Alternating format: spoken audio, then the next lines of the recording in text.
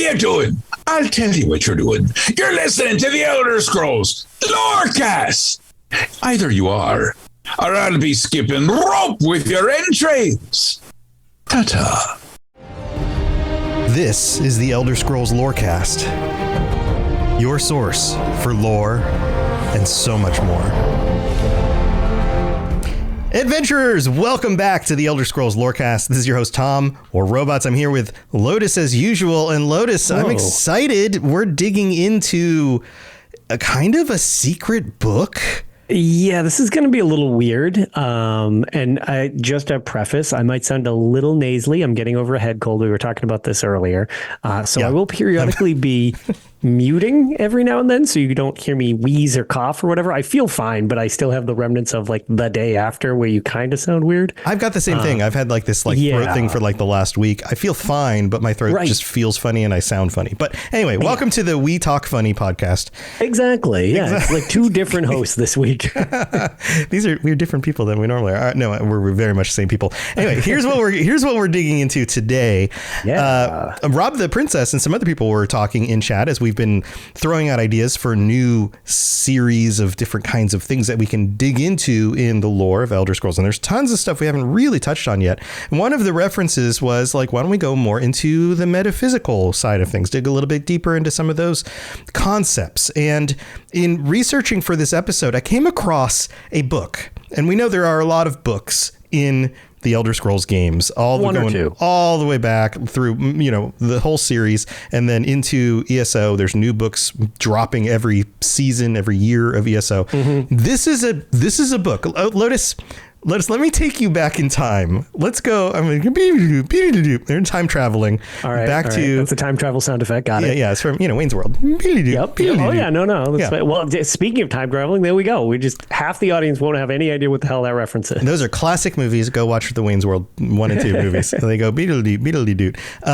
So here we're going back in time to August 17th, 1999. This is a time period where everyone thought the world was going to end because computers couldn't handle the extra digit. Y2K. Yeah, all of that, right? This is where we are, 1999. On the Elder Scrolls forums, back in 1999, there was a post from a book written by Michael Kirkbride, our favorite author. And I say that half sarcastically. We genuinely enjoy a lot of the stuff that he's done in the series. The running joke is because everybody's like, oh, you're so critical of his stuff. And I was like, no, he's probably added the most unique stuff to the series. Sometimes I prefer it when it's run through like a little bit of normalcy editing, and I feel like that's when it's at its peak. When it's constrained by some other people, but he's been a huge focal point of the lore. To be fair, for years. I feel his uniqueness is actually kind of missed in the series. I agree. Yeah. So anyway, this is a book written by Michael Kirkbride in our world, but in the lore of the Elder Scrolls, it is written by the Temple Zero Society. The Temple Zero Society, here, I'll read you the little excerpt from the UESP, friends of the show. The Temple Zero Society, or more simply, Temple Zero, sometimes abbreviated as T0, is a secretive organization of scholars, conspiracy theorists, and revolutionaries which follows their own interpretation of Merikati philosophy and studies esoteric history, mythology, and metaphysical subjects. Their philosophy emphasizes the marvel and wonder of the Oribus at the expense of logic and internal consistency. They call the theories developed from the philosophy monkey truth. Okay, this all sounds very Kirkbridean. Basically, this is a society that is only referenced in a few little places. There's a reason why you don't come across this very much in the games. And they have a document that they've written called Cosmology, simply Cosmology. Now, Lotus, get this. This book was written and posted at least to the forums before August 17th of 1999. Right. It was meant, or at least was planned, to be in Morrowind, which released a few years later. Also, Oblivion would have featured this game, but when you dig into the actual code, each of these books has an ID in the game code. Right. The ID for this game code is BK _ Estunan's Cosmology. I think that's how you pronounce it. And that reference, that ID reference, was actually given to a different book, The Less Rude Song, which is a funny poem that shows up as one of the books. So it seems like this document was originally meant to be in the games and either was intentionally pulled and some other book just happened to be given the same ID, even though that ID like, we don't need to change the ID name necessarily. Just put this book in instead. Like, but that doesn't make sense because A Less Rude Song has nothing to do with cosmology. And so why would it be given that ID? The same thing, something very similar happened in Oblivion, where this book seemed like it was going to be added in, but then was swapped out based on the same ID being used for A Less Rude Song. It's super weird. Also, we don't really know what Estenande's cosmology is, or if this is even Estenande's cosmology, because it doesn't actually mention him in the book. So there's a lot of weird mystery around this. I mean, I don't know all of the however many hundreds of thousands of characters in the games over the years.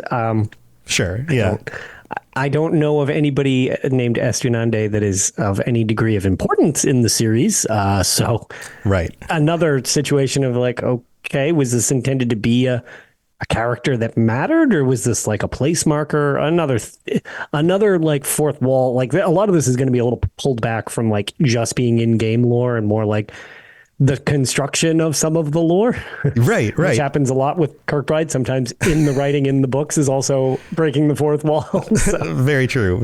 Now, another interesting point about this book, before we get into it, we're going to read through the whole thing. So don't worry, you're going to get our take on all of this. The radiant dialogue in Oblivion, which is the extra lines you get from certain characters that just kind of show up from time to time. There is one line of radiant dialogue in Oblivion that references Istanande's cosmology, meaning the book, as if that character knew about a book that existed in the world called Istanande's cosmology. This is the closest thing that could possibly be that. Plus, the original ID actually said that. So, for all intents and purposes, this is probably Istunande's cosmology. Yeah, and to be fair, like, I don't know, the ID number or like ID code, because not always just numbers or whatever, the ID code itself, I think is the biggest sign that was intentionally like supposed to be this, like this is what it was, because it's like it seemed like it was at least planned originally to be put in the game with that as the marker. Like, so was it a mistake? Was it accidentally swapped by somebody who just accidentally typoed the code or something, or was this a document and they were like, okay, that goes a little too far, we don't want to reveal that much, or it's like, this is too much information, so we'll skip that for now. So we don't really know, but here's what it talks about. It talks about the planets, the moons, space, Oblivion, the constellations, what the sun is, the sky, how the universe was created. And there's a little paragraph for each of these things. So here, let's dig into it. I'm going to read through this and then let us feel free to chime in. We're just going to take this as it goes. So it starts off, and again, the title is Cosmology by the Temple Zero Society, an overview of the cosmological features of Mundus. Pretty clear, right? The first section says, what are planets? The planets are the gods and the planes of the gods, which is the same thing. So that's not too weird. We think about even the realms of Oblivion are kind of like the Daedric Prince and the realm itself are both deeply connected. Like almost one and the same. Right. So same thing for the planets. That they appear as spherical heavenly bodies is a visual phenomena caused by mortal mental stress, since each planet or plane, the T is in parentheses there because they're the same thing, is an infinite mass of infinite size. Let me say that again. Each planet is an infinite mass of infinite size, as yet surrounded by the void of oblivion. The mortal eye registers them as bubbles within a space. Planets are magical and impossible. The 8 planets correspond to the 8 divines. They are all present on the Dwarven orrery, along with the mortal planet Nirn. Okay, so already we're in deep. The concept of the divines being their own godlike entities. We've heard about that before. The concept of their planets being their own planes of existence. They're also who they are. But the way it's stated here, and it says they are of infinite mass and infinite size, surrounded by the void of oblivion, which is also infinite. And we as mortals just can't conceive of what they actually would look like because our brains can't conceive of infinity.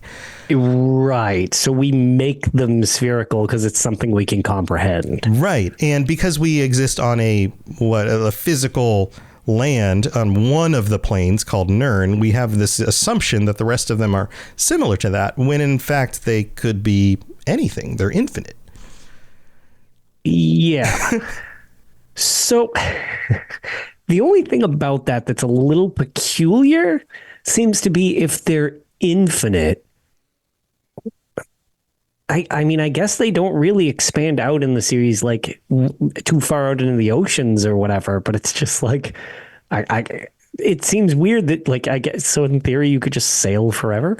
Well, if Nirn is infinite, but the next section is about Nirn. So right. Well, get a little more specific with that because I mean, I guess there's not any confirmation that Nirn, you live or can live on other planets. Right. Nirn is finite, but the idea would be like if you were to go off to one of the other planets somehow. Right. This is more talking about like the other planets though, but like theoretically we can fly to other planets in our solar system. Right.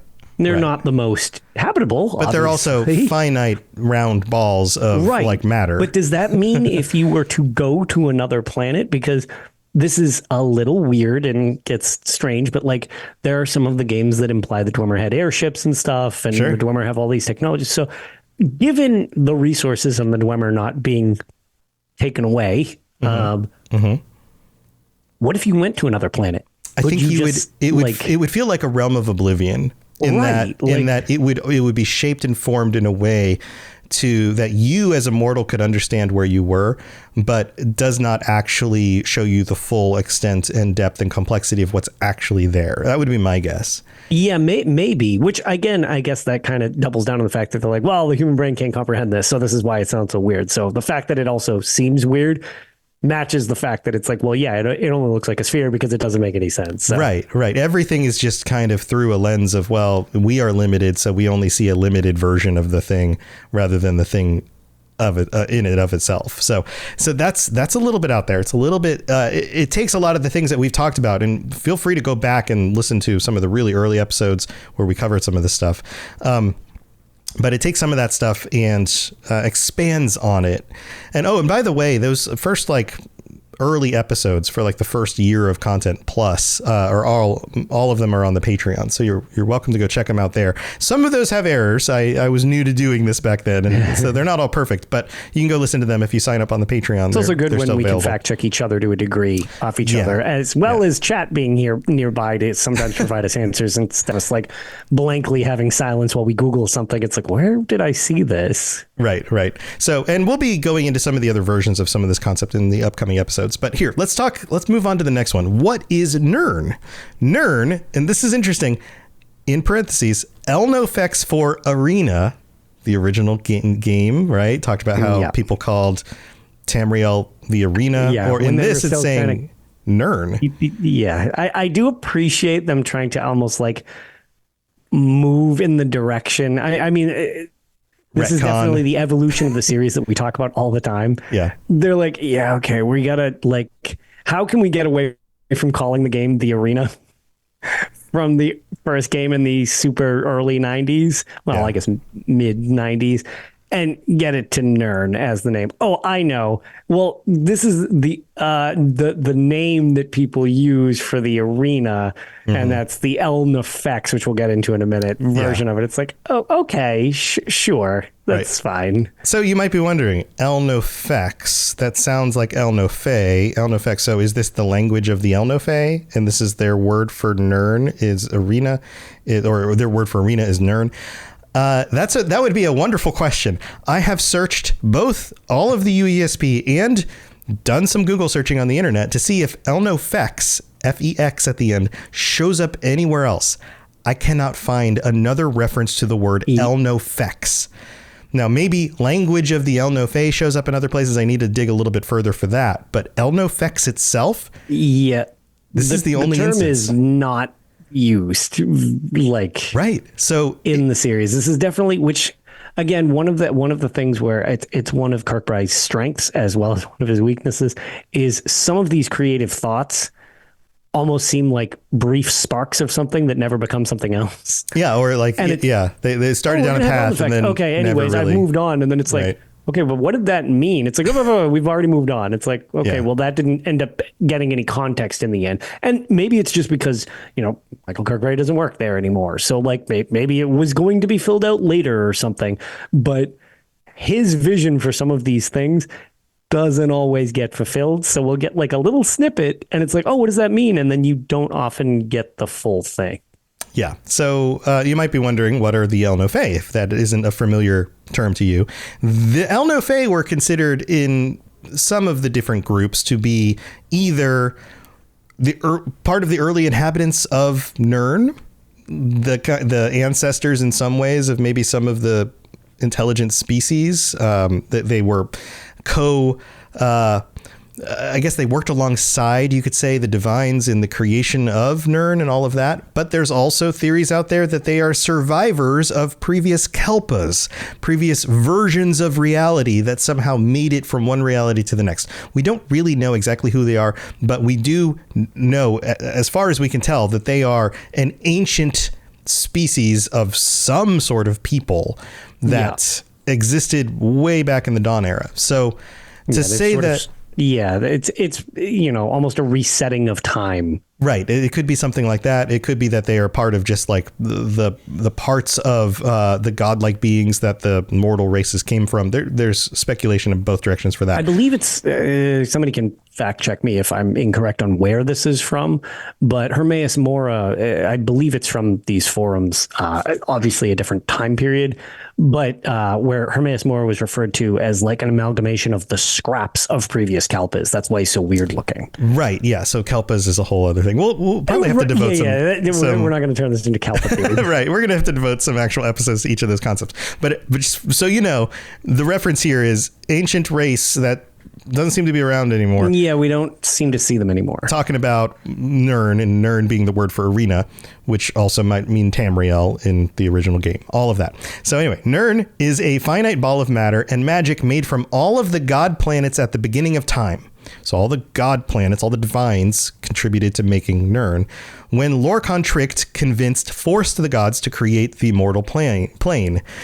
It's all the three of those things, maybe. Tricked, convinced, or forced, right? Nirn is the mortal plane and the mortal planet, which is the same thing. Its creation upset the cosmic balance. Now all souls, especially the Aedra, Daedra / gods, demons, have a vested interest in Nirn, especially its starry heart, Tamriel. Tamriel is the heart of Nirn, according to this. Okay. I mean, sure. Okay. Yeah, right. Like, there's like a lot of prominent things on Tamriel itself. Mm-hmm. The center of Tamriel has obviously been quite the hotbed of important things that have happened, with the White Gold Tower being there and possibly Cyrodiil itself shifting like climates from time to time due all to sorts of wackiness major events. It's like Lorkhan being killed, his heart being thrown into the ocean, which turns into Red Mountain. Like, there's a bunch of crazy stuff that has happened in the past, seemingly. So so it seems like, okay, Tamriel being kind of like the centerpiece of all of this. Sure. All right. I can see where that's going. Right. So the next question would be, then what are the moons? We know what the planets are. We would know what Nirn is. At least we know what it seems to be, according to this. So what are the moons? Moons, small planets insofar as one infinite mass of infinite size can be smaller than another. So these are planes, even in the extent that the other planets are as well, infinite in mass and size. Planets do have orbits, or at least lunar orbits are perceived to happen by mortals because of the way that we perceive what we're seeing. Moons are regarded by various cultures as attendant spirits of their god planet, or minor gods, or foreign gods.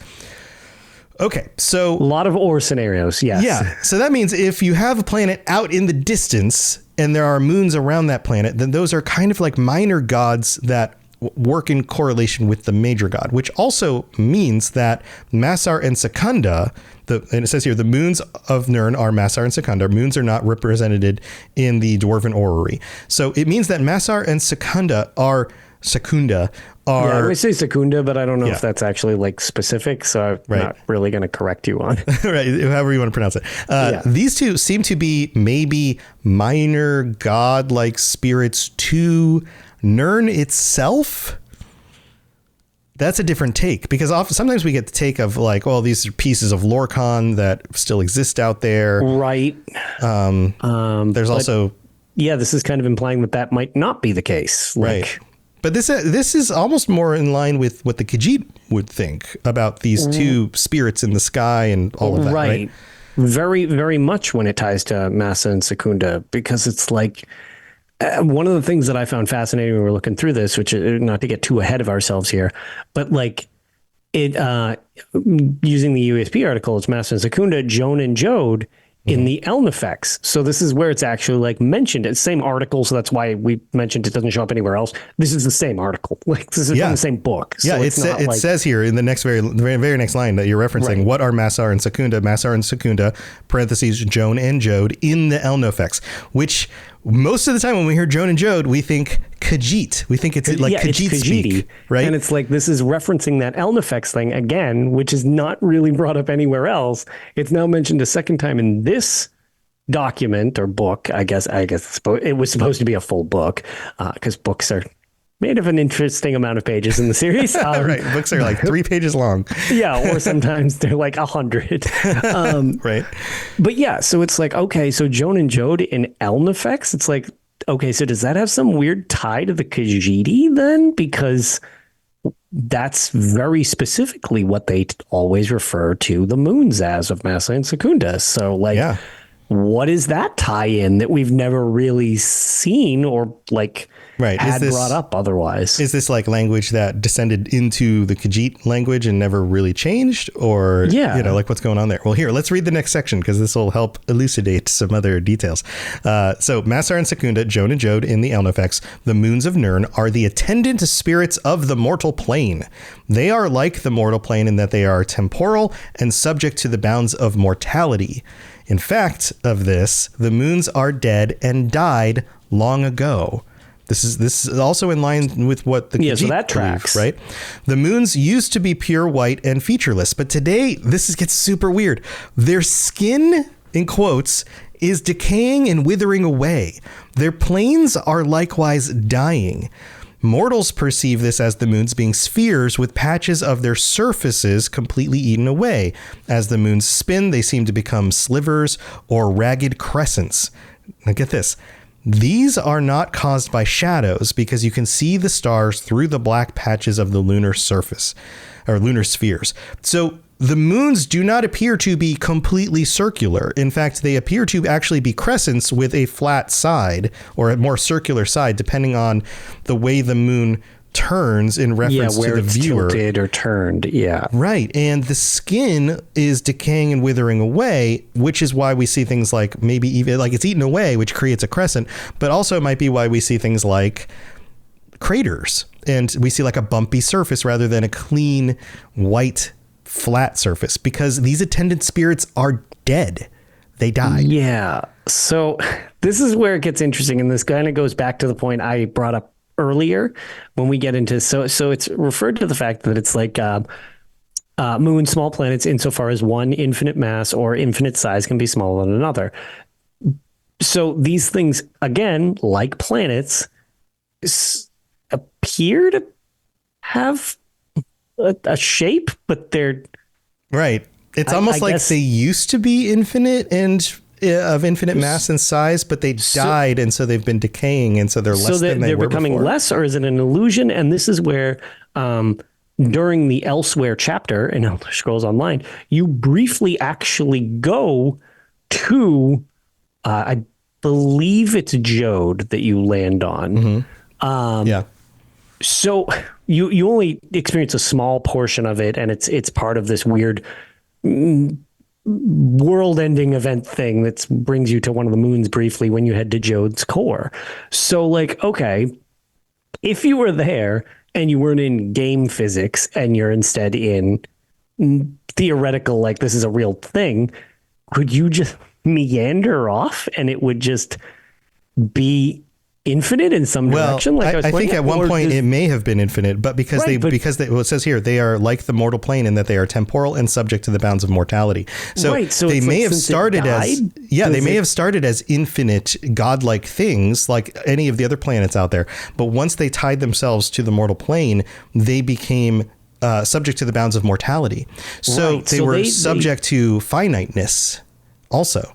Right. So they've died off. So theoretically they have like an end point. Right. But I guess the thing that's interesting is, does their shape, like if it was only appearing spherical before and now it's like it's more of a crescent, like you had mentioned, like is the shape changing over time as well as it decays? I mean, maybe the decay is what is causing it to look spherical and yet crescent.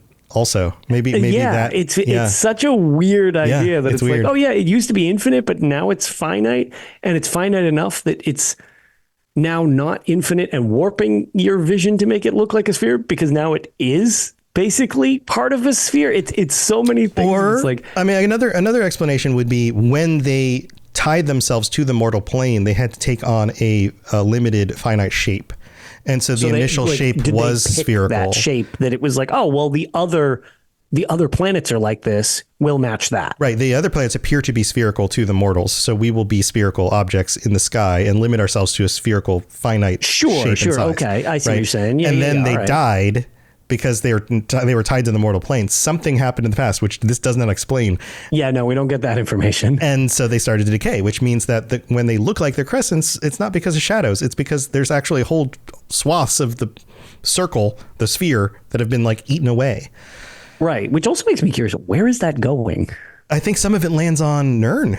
Because there are moon rocks and things that you can find in the games. That's true. And like, well, there's the Khajiit thing with Moonstone as well. Yeah. It's like the little sugar stone. It's like, so I think some of them fall governed by the moons, if I remember correctly. So it's like, right. Yeah. All right. So yeah, it's like, yeah. It's interesting. High on corpses. It's a little crazy, but if you think about it enough, it can kind of start to make sense. So let's move on. What is space? Space is the interpretation of oblivion. We know that our perspective on all of these things are basically the mortal interpretation of infinite things. So it goes on and says, which is black and empty and surrounds the mortal plane. Space is infinite, but it acts just like a planet in that oblivion is surrounded by Aetherius. You can see Aetherius by the stars. So it's basically a similar cosmology to the idea that Nern is in the center, oblivion is around Nern in a sphere shape, even though it's infinite, and it is bounded by, even though it's infinite, Aetherius, which is outside and around that, and thus you can see the stars through the pinholes in the outer edges of oblivion, or it's whatever. Infinity on infinity. Right. Like you're in the center of infinite circles, and yet they are still bound by each other at the same time. Yeah. Which is crazy. Which is weird. That's what it says here. Yeah, that's weird because in and of itself, it's almost breaking the concept of being infinite because there's two infinites constraining the other infinite. Right. It's something that we just cannot conceive of being mortal, but to the infinite beings, they're like, well, this totally makes perfect sense. So, okay.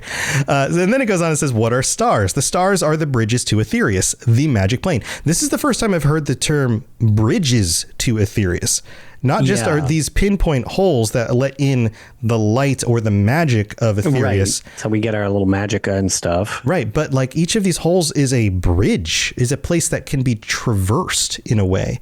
It goes on, it says they are perceived as holes on the inside surface of space. Because they are on the inside of a sphere, all stars are equidistant from Nern. Larger stars, therefore, are not closer to the mortal plane. They are just larger tears in oblivion. The largest tear in oblivion is Magnus, the sun, which is similar to other cosmologies that we've talked about. So that's the stars, that's the sun, that's space, the planets, and the moons. But that's not all. But we have to go thank our patrons first. So don't go anywhere. We're going to get into the rest of this when we get back. This is Miss Morlock.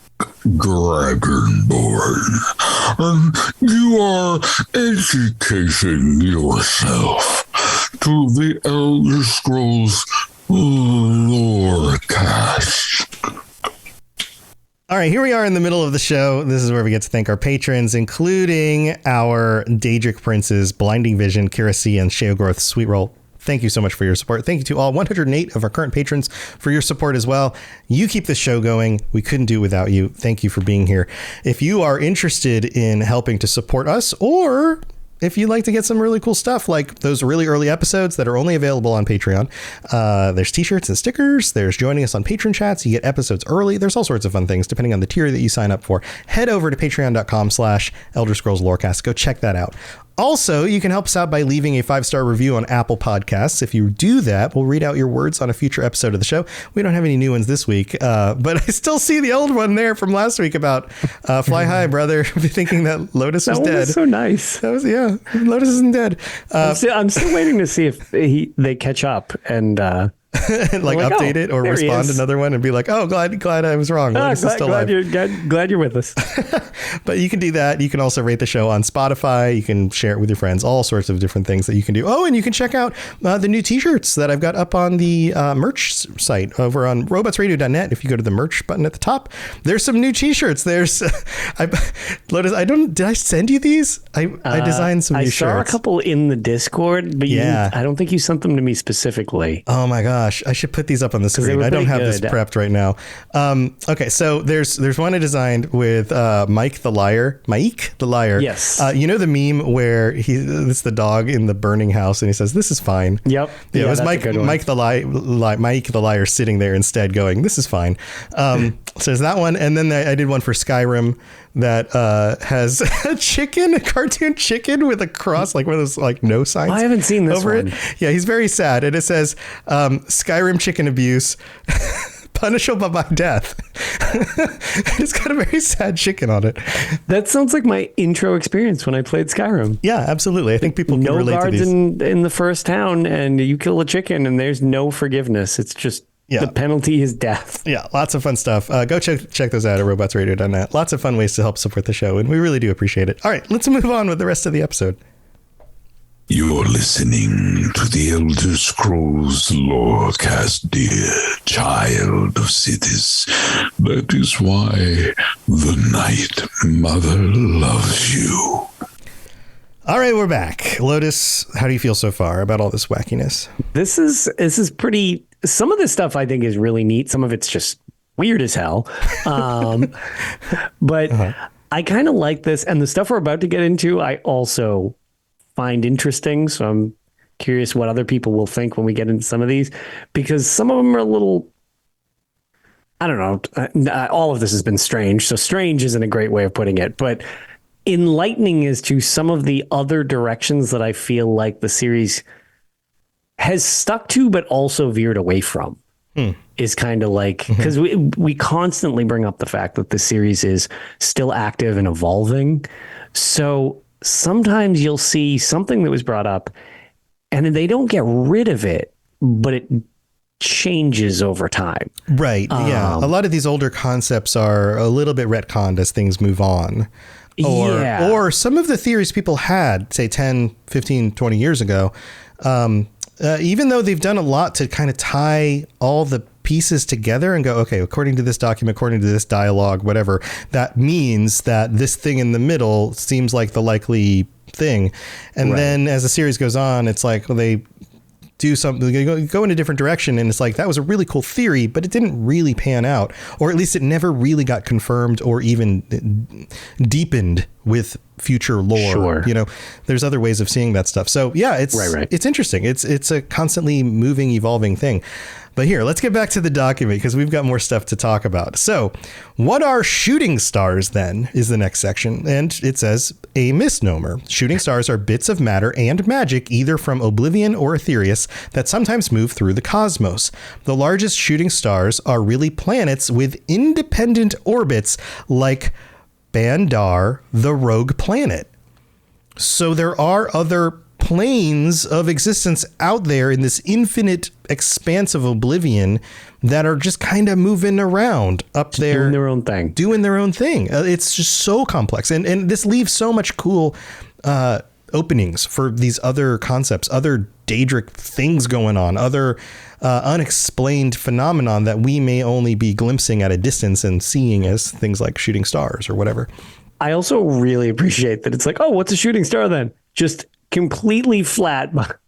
It's a misnomer. It's wrong. It's wrong. It's just like, oh, all right. Right. It's not actually a star, but it's a plane. By the way, it's a plane in the there's cosmos. magic planes just floating around. Right. Like it's one of those. It's like, all right then. It might be matter. It might be magic. It might be from Oblivion. You don't know. It might be from Aetherius. It may have just fallen through the openings it just in the slipped sky. through one of the cracks and just came through. Now it's floating around in Oblivion. Right. You don't know. We don't know. So that opens up so many other possibilities. Like, what if some weird plane of existence crashes into Nirn? Like, holy crap! What could come out of that?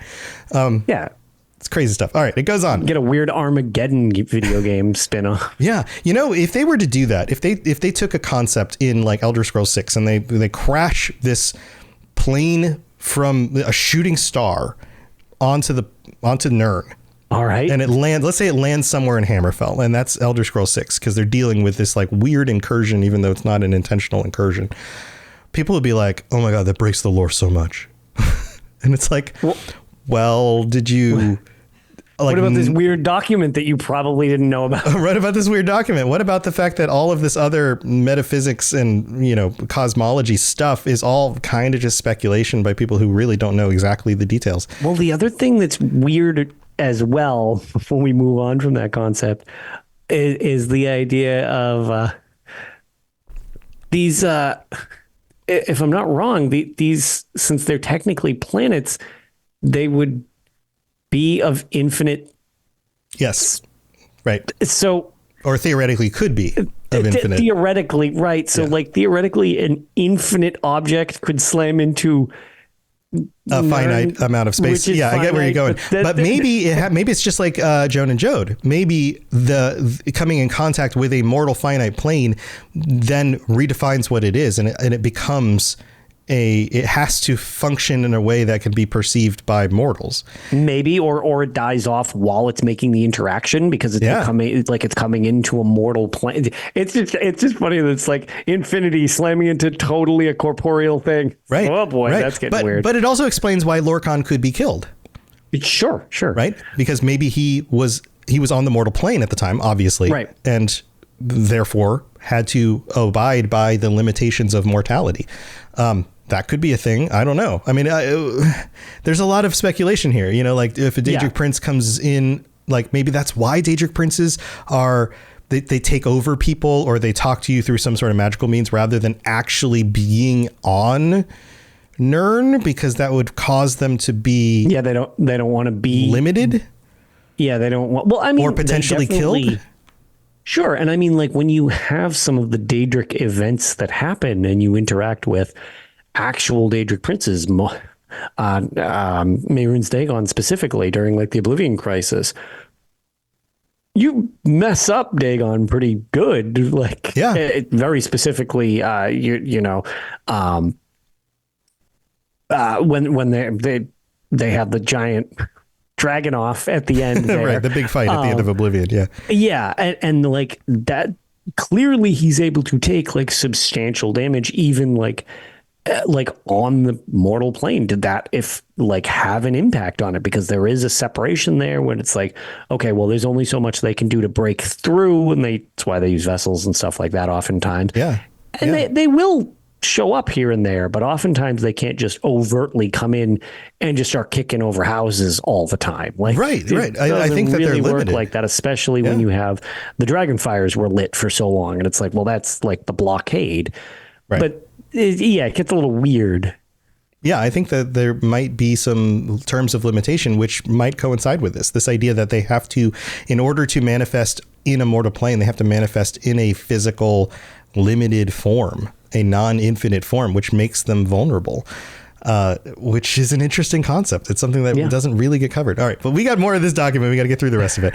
So what are constellations? Constellations, this one's interesting because the constellations get talked about fairly this one's regularly. Constellations are collections of stars. Since each star is a bridge to magic, constellations are very powerful phenomenon and are revered. They are generally accepted to be 13 constellations. 9 of these are made up completely of stars. 3 others are called guardian constellations, as they are each governed by a dominant planet. The dominant planets are Akatosh, the Eye of the Warrior, Julianos, the Eye of the Sage, and Arche, the Eye of the Thief. This coincides to so many other things. The level up screen in ESO, the concept of the warrior, the sage, and the thief, or the warrior, the mage, and the thief. That's what I was about to say. One thing that I really find interesting is that they originally had it, well, at least for this, I mean, this wasn't canon because we had mentioned that. It's there, but not there type of deal. It's interesting that it's referred to as the warrior, the sage, and the thief, rather than the warrior, the mage, and the thief. Right. And there's only 3 of these planets which represent the major constellations. Right. Because they're gods. And so that would mean that any of the other planets are like maybe tied in a minor way to the constellations, but not completely. Or maybe they just don't tie into constellations at all. According to this, that leaves that open. But then it goes on and says the last constellation is made up of unstars and is called the snake. What does that sound like? So that's actually really cool because it's like, okay, so there's our serpent. Right. And it's like Sithis?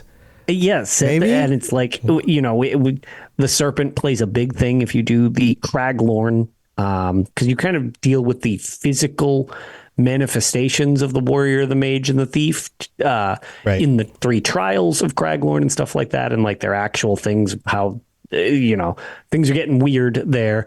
I feel like that's a theme throughout this entire episode is things are getting weird. But then you have the snake or the serpent.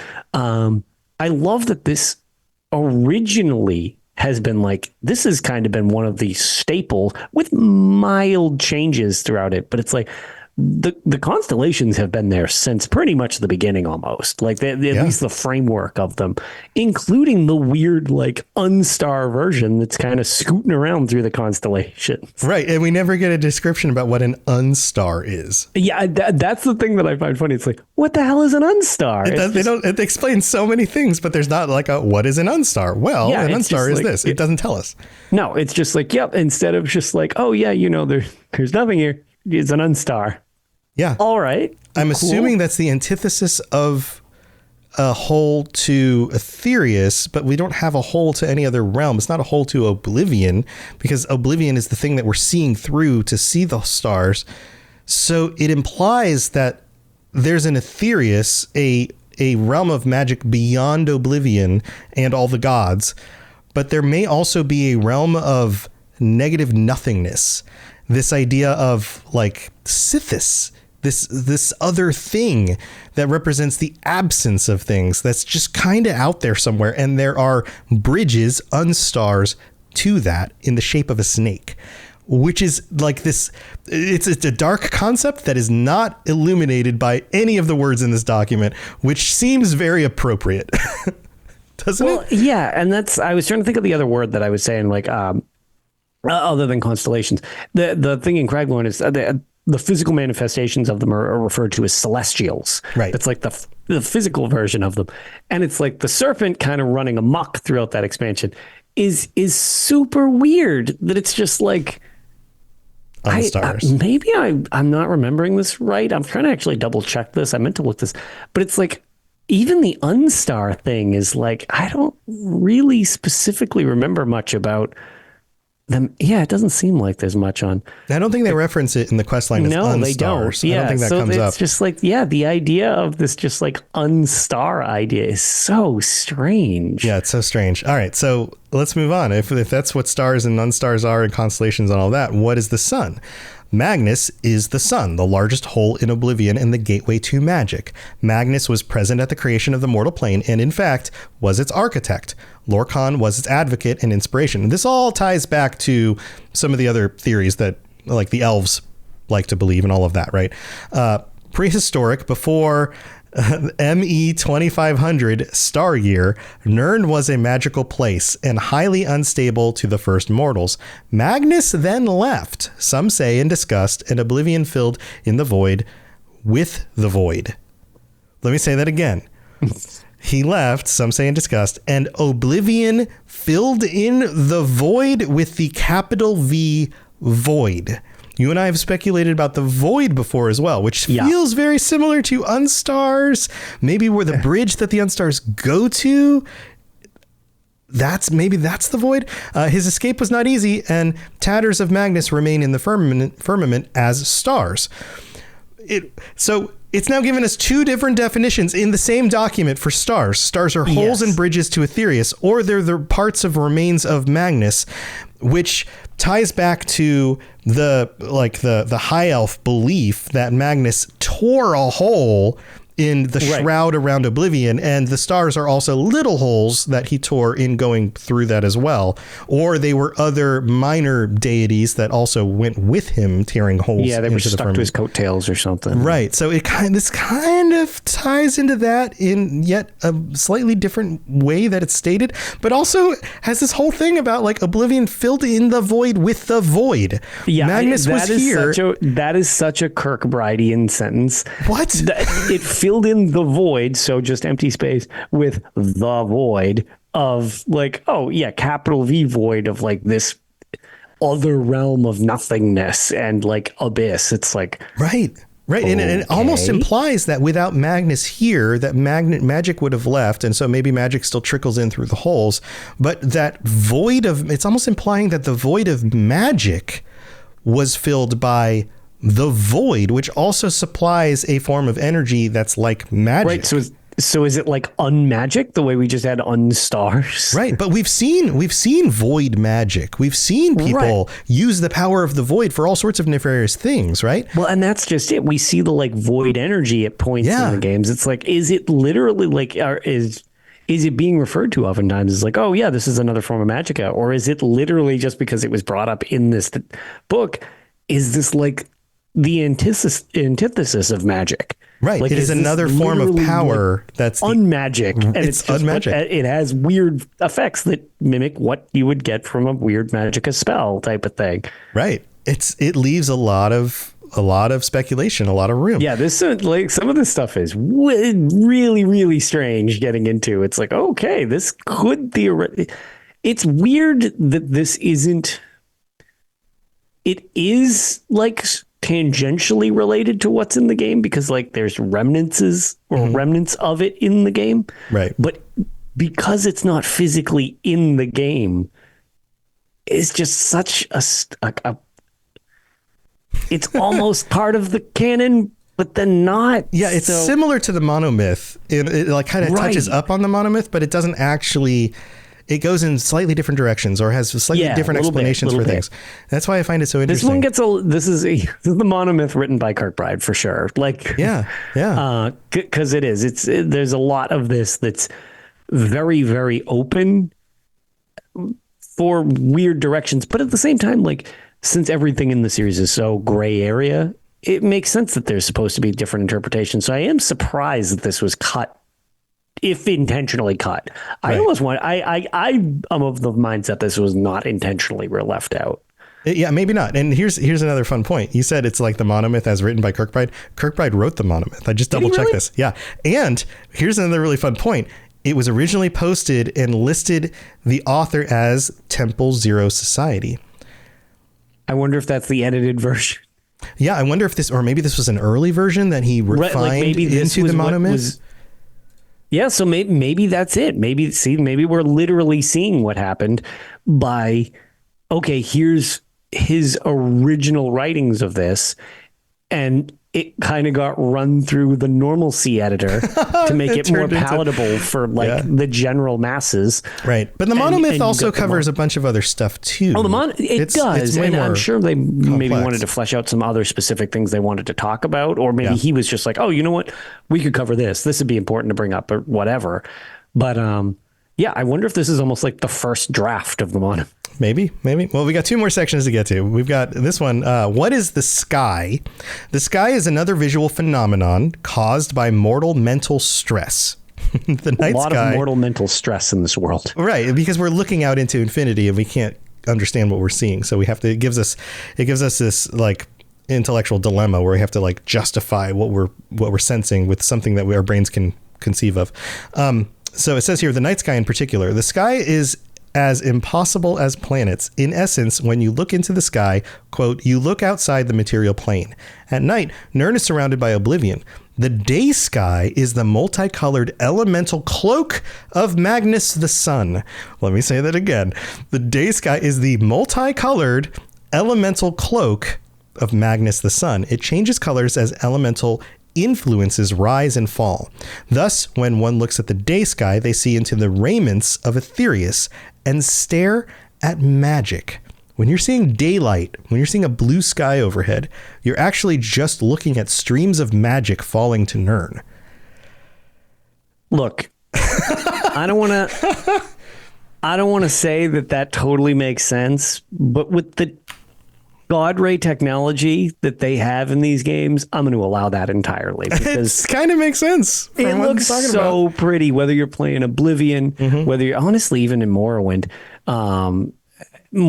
Oblivion, Elder Scrolls Online, Skyrim. You stare at the sky and I will like zone out because it's so friggin' pretty. All the God rays coming down. And there's just God rays coming through light. You know what? I am totally going to allow this. That makes perfect sense to me. I'm on board with this one 100%. All right. And then we have the final one here. How is the universe created?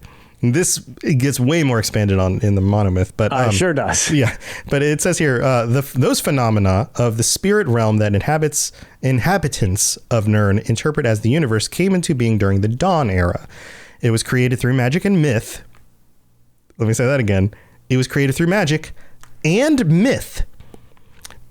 Like the belief in the stories of things was also part of the creation itself. Weird. And this process is interpreted in a variety of ways, too numerous to mention here. These myths can be accessed elsewhere in the monomyth.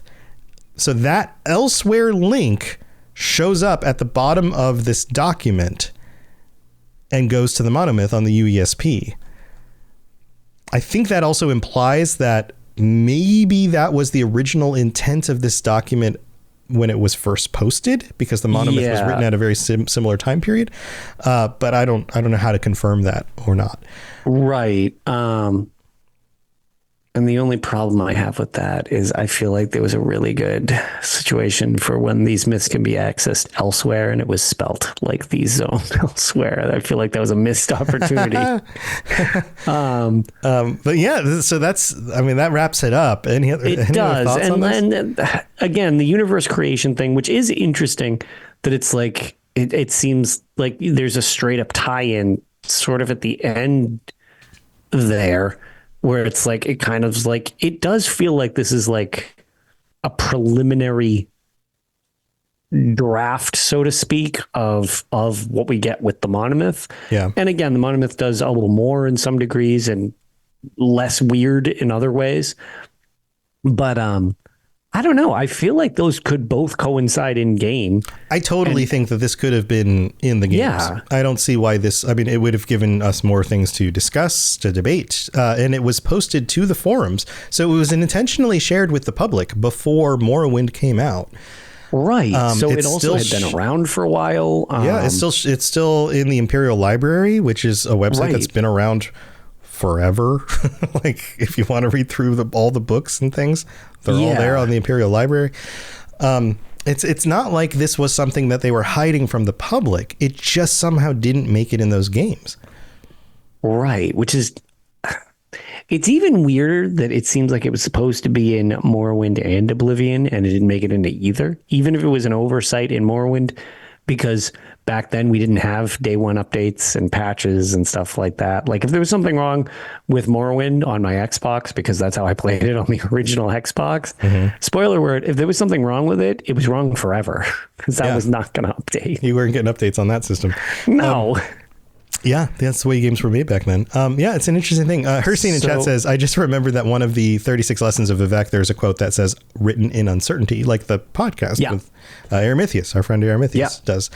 Do you think that may play a part in the unsubject? I think uncertainty has to do with the concept, like deeper concepts of the world and the concept of the unreliable narrator. And right. Everything is just like, everything in the game is basically just like, well, it could be this, right? But which is very real. You don't have a godlike entity telling you what is what. You have all these fallible things in the world giving you the information about the world, like we do in our world. Right. There's a reason in our world. I talk about this on like some of the first episode or two of this podcast.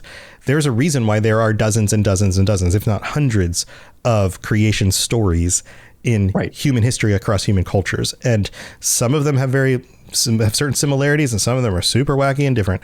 And that's because we don't have an objective view and a scientific provable version of that. Right. That's that kind of story.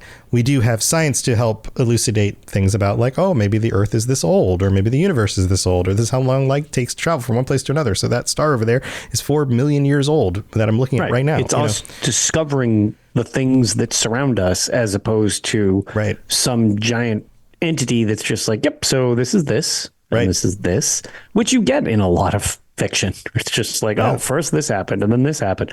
Okay, that's very easy to wrap your brain around.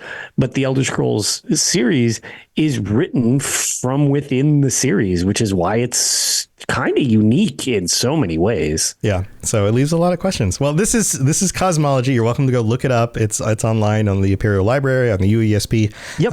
You can go read it yourself. We'd love to hear your perspectives on this. If we missed something, if you're like, oh my God, anything that you took away that we didn't, or it's like, oh, well, you guys said this, but I actually think it's this type of thing.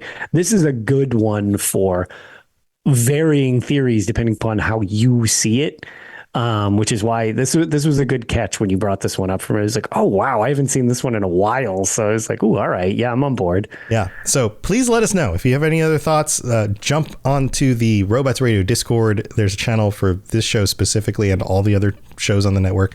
Let us know your thoughts. Also, if there is a document that you'd like us to take a look at and kind of dig through and give you our perspective on it, please share. Because I can't guarantee we'll go over everything that gets submitted. No, we've had some suggestions, though, that either lead us to something we wanted to do, or we just haven't gotten to what somebody suggested yet. Like this was kind of an offshoot of what Rob suggested. Right. And sometimes the suggestion is like, oh, well, that's like that. It gives us 5 minutes to talk about a thing, but it's not enough to do a whole episode. We want to give you about an hour long episode of it. Right. So maybe we can add up some of those onto like a hodgepodge episode where we go over a bunch of little things, but don't be afraid to suggest stuff. Yeah. Or start with that and go in another direction to expand upon it if we can find something that relates to it. Yeah, absolutely. All right. So that's going to do it for this episode. I hope you enjoyed our look at Cosmology by the Temple Zero Society. Lotus, you got other stuff going on?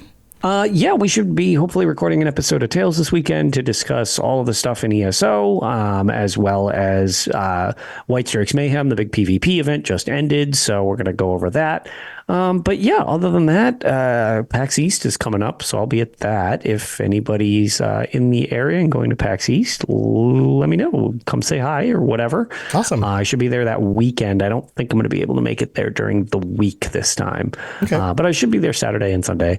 But yeah, other than that, just kind of the normal trying to find some game time and stuff like that, and recording shows. Yeah, for sure. Hercene reminded me to maybe get a random page from the USB. We should. I'm getting the random page button. That's right. I've meant to do this. I keep forgetting. I loved that. We need to add this to the notes. Yeah. So we should pin that to the top of our discussion that we have each week. Remember our random USB. Absolutely. All right. So I hit random. This is what we got. Arena. This is an arena reference. All right. Heldorn Mount. Heldorn Mount is a town located in northern Hammerfell, southeast of Skaven and southwest of Dragonstar. The ruler is Baron Shetan. Its rival is Belkarth Guard. Heldorn Mount has road connections to Dragonstar and Skaven. That's basically, it lists all, like, there's... Arena is a crazy game because the scope of Arena And like those early games are so big. It has multiple inns. I'll just read a few of them. Black Skull, Blue Dragon, Blue Huntsman, Crimson Skull. You can see a kind of trend here. Devil's Wolf, Dirty Cup, Green Dragon, Green Jug, Haunted Castle, Haunted Dungeon, Red Castle. You can tell that it was generation. Like procedural generation, right? Thirsty Dragon, Unfortunate Griffin, White Chasm, White Dungeon. Griffin. Yes. Has some temples. Brotherhood of Faith, Brotherhood of the One, Conclave of Solitude, Conclave of the One, Order of the Knights of Hope. These are not names that have shown up anywhere else. It also has a bunch of stores. Always go to the Unfortunate Griffin. Like this is where we hang out. The Unfortunate Griffin. No, Unfortunate Griffin. The Thirsty Dragon. On the coast. Yeah. And then it's got a bunch of stores. Randoms merchandise, which was auto-filled, I suppose, whenever you loaded up the town for the first time. Yeah, probably. Yeah. Elite merchandise, Elite Tool Store, Randoms Tool Store, Randoms General Sundries, Rare Accoutrements. Well, that's a fun word. I love accoutrements. Rare Tool Store, The Adventurers Accoutrement, The Adventurers Equipment Store, The Adventurers Provisions, The Adventurers Sundries, The Basic Tool Store. It just goes on. There's I don't know, 7 more of those. But that's...